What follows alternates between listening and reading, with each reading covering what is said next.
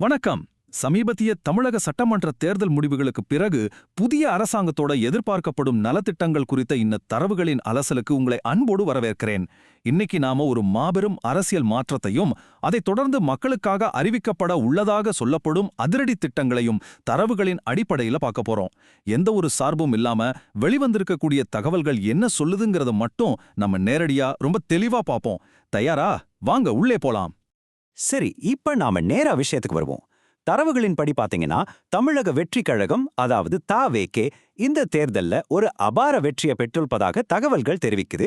கட்சியின் தலைவரான திரு விஜய் அவர்கள் வருகிற மே மாத இறுதிக்குள் முதலமைச்சராக பதவியேற்க அதிக வாய்ப்புள்ளதாக அரசியல் வட்டாரங்கள் உறுதியா நம்புறாங்க.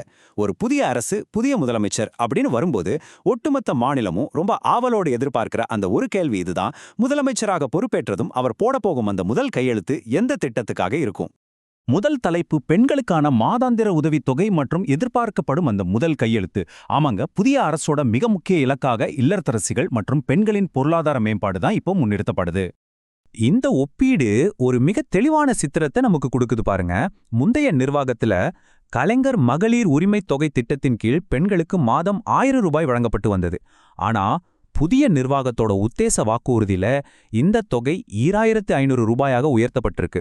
புதிய முதலமைச்சரோட முதல் அதிகாரப்பூர்வ கையெழுத்து இந்த 2500 ரூபாய் திட்டத்தை நிறைவேற்றுவதற்காகத்தான் இருக்கும்னு பரவலாக நம்பப்படுது.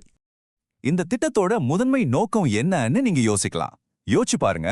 மாதம் நேரடியாக கையில கிடைக்கிற இந்த 2500 ரூபாய் சாதாரண நடுத்தர மற்றும் ஏழை பெண்களோட அன்றாட குடும்ப பட்ஜெட்ல ஒரு மிகப்பெரிய மாற்றத்தை ஏற்படுத்தும் இல்லையா? மாநிலம் முழுவதும் இருக்கிற பெண்களோட ஒட்டுமொத்த பொருளாதார நிலையை கணிசமா மேம்படுத்துறது தான் இதோட முக்கிய இலக்குன்னு தரவுகள் ரொம்ப தெளிவா சொல்லுது. அடுத்த பகுதி இலவச பொது போக்குவரத்து திட்டம், விரிவடையும் பயண சுதந்திரம். பெண்களோட பொருளாதார மேம்பாடு அப்படிங்கிறது அவங்களோட சுதந்திரமான பயணத்தில தானே தொடங்குது. அதற்கான ஒரு முன்னெடுப்பு தான் இது. இந்த இலவச பயணத்திட்டத்துல சில மிக முக்கியமான அம்சங்கள் இருக்கு. குறிப்பா சொல்லணும்னா, இது அரசு பேருந்துகள்ல மட்டுமே செல்லுபடியாகும். இரண்டாவதா, தமிழ்நாட்டுக்குள்ள நீங்க எங்க வேணாலும் பயணம் செய்யலாம்னு தரவுகள் சொல்லுது. அது மட்டும் இல்லாம பெண்கள் எந்த நிறுத்தத்துல வேணாலும் ஏறிக்கலாம், எங்க வேணாலும் இறங்கிக்கலாம் அப்படிங்கிற ஒரு முழுமையான நெகிழ்வுத்தன்மை இதுல வழங்கப்படுது. வேலைக்கு செல்லும் பெண்கள், இல்லரசிகள்னு எல்லாரோட ஆதரவையும் பெறுறதுக்கு பயணத்துல கொடுக்கப்படுற இந்த முழுமையான சுதந்திரம் ஒரு சூப்பரான உத்தின் பார்க்கப்படுது. சரி, இப்போ நாம அடுத்த பகுதிக்கு நகர்வோம். எப்படி இந்த திட்டங்கள் அடுத்தடுத்த தரப்பினரை சென்றடையுதுன்னு பார்க்கலாம். தலைப்பு: வேலையில்லா பட்டதாரிகளுக்கான ஆதரவு மற்றும் இளைஞர்கள் மீதான கவனம். இந்த ஸ்லைட்ல உண்மையிலேயே ரொம்ப சுவாரஸ்யமான விஷயம் என்னன்னா, இந்த 4000 ரூபாய் அப்படிங்கிற எண் தான். ஆமாங்க, படித்து முடித்துவிட்டு தகுந்த வேலைவாய்ப்பு இல்லாம காத்திருக்கக்கூடிய இளைஞர்களை ஊக்குவிக்கவும், அவங்களோட அன்றாட தேவைகளுக்கு பொருளாதார ரீதியா ஆதரவளிக்கவும் மாதம் 4000 ரூபாய் ஊக்கத்தொகையாக வழங்கப்படும் அப்படிங்கிற ஒரு புதிய வாக்குறுதியை இந்த தரவு நமக்கு காட்டுது. வேலையில்லா திண்டாட்டத்தை கையாள்றதுல இது ஒரு மிக முக்கியமான பொருளாதார தீர்வா முன்வைக்கப்படுது.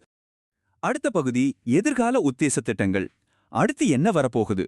இதுவரைக்கும் நம்ம பார்த்ததெல்லாம் பதவியேற்ற உடனே நடக்க போற விஷயங்கள். ஆனா நீண்ட கால அடிப்படையில என்ன நடக்கும், அத பத்தி இப்ப பார்க்கலாம். இந்த புதிய அரசோட உத்தேச பயணத்திட்டம் எப்படி இருக்கும்னு தரவுகள் கணிச்சிருக்கு தெரியுமா? முதல் படி, மே மாத இறுதிக்குள் பதவியேற்பு விழாவை வெற்றிகரமா முடிப்பது. இரண்டாவது படி, நாம சற்று முன் பார்த்தது போல பதவியேற்ற உடனேய பெண்களுக்கான 2500 ரூபாய் உரிமைத்தொகை மற்றும் இலவச பேருந்து பயணம் போன்ற உடனடி நலத்திட்டங்களை அதிரடியா நடைமுறைக்கு கொண்டு வர்றது. இந்த ஆரம்பகட்ட வாக்குறுதிகளை நிறைவேற்றின பிறகு மூன்றாவது படியா என்ன தெரியுமா? மாநிலத்தோட பொருளாதாரத்துல மிகப்பெரிய தாக்கத்தை ஏற்படுத்தக்கூடிய பெரிய அளவிலான கடன் தள்ளுபடி திட்டங்களை அரசு கையில் எடுக்கும்னு மூலத்தரவுகள் சொல்லுது. அடிப்படை நலத்திட்டங்கள் எல்லாம் செயற்படுத்தப்பட்ட பிறகு அடுத்து வரப்போகும் அந்த பிரம்மாண்டமான அறிவிப்பு என்னவாக இருக்கும்? மாணவர்களுக்கான கல்விக்கடன் முழுமையாக ரத்து செய்யப்படுமா, அல்லது பொதுமக்களின் நகைக்கடன் தள்ளுபடி செய்யப்படுமா? இந்த பெரிய அளவிலான நிதிச் சலுகைகள் எப்படி சாத்தியமாகும் அப்படிங்கிறத நாம பொறுத்திருந்து தான் பார்க்கணும். இந்த கேள்வியை உங்களிடமே விட்டுவிட்டு இன்றைய தரவுகளின் அலசலை நான் நிறைவு செய்கிறேன். இந்த தகவல்கள் உங்களுக்கு ரொம்பவே பயனுள்ளதா இருந்திருக்கும்னு நம்புறேன். புதிய தகவல்களோடு மீண்டும் சந்திப்போம்.